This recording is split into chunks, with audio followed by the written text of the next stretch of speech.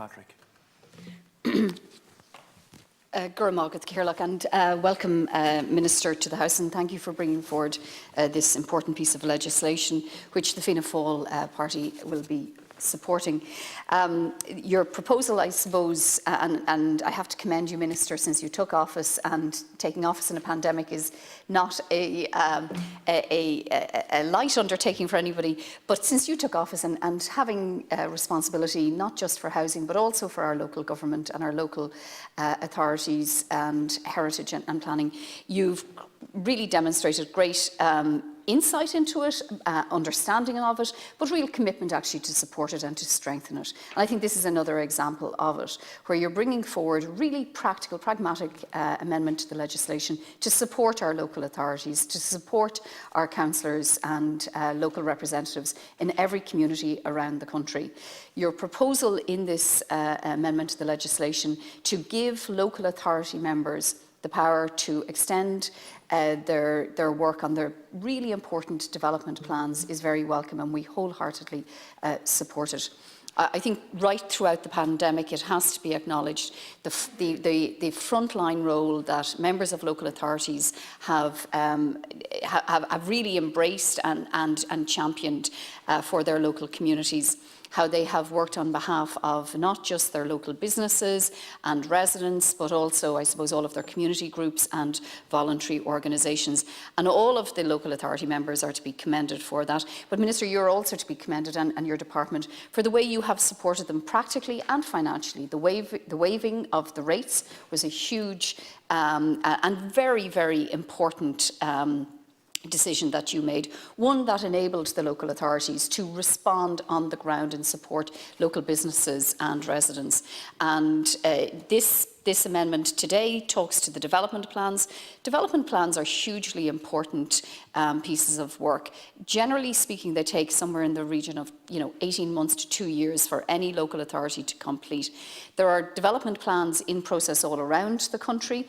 The work commenced in 2020 in some, and in this year others will commence, but it'll go on until probably about 2025. But you're right, Minister, during the pandemic, we have all had to restrict our movements. We've all had to reduce our working face-to-face.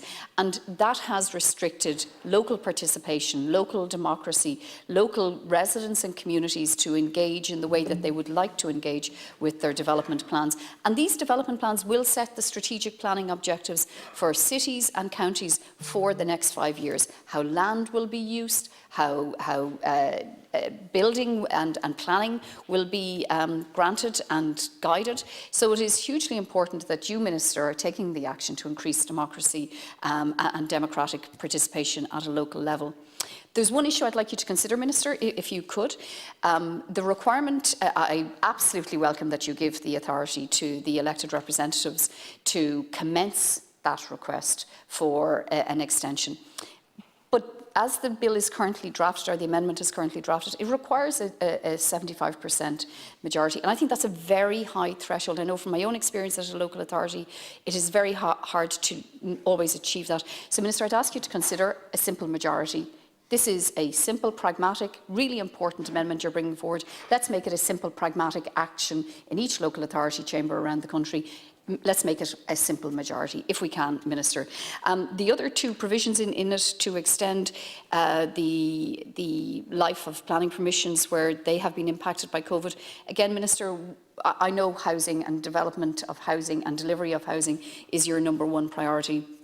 And it's really important that any planning application, any planning permission that was granted that has been impacted by COVID is given the opportunity to be completed. And let's not add further burdens to the process.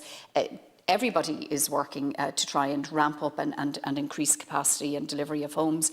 This is a practical amendment from yourself, Minister, and we are happy to support it. And finally, the disapplying of the planning permission requirement on ministers like yourself, or ministers of state who need to respond in an accident and emergency situation. It's hugely important, and it's again another pragmatic, practical intervention on your behalf. Minister, I commend you for these amendments, and we wholeheartedly support it. Guramagat Kirloch.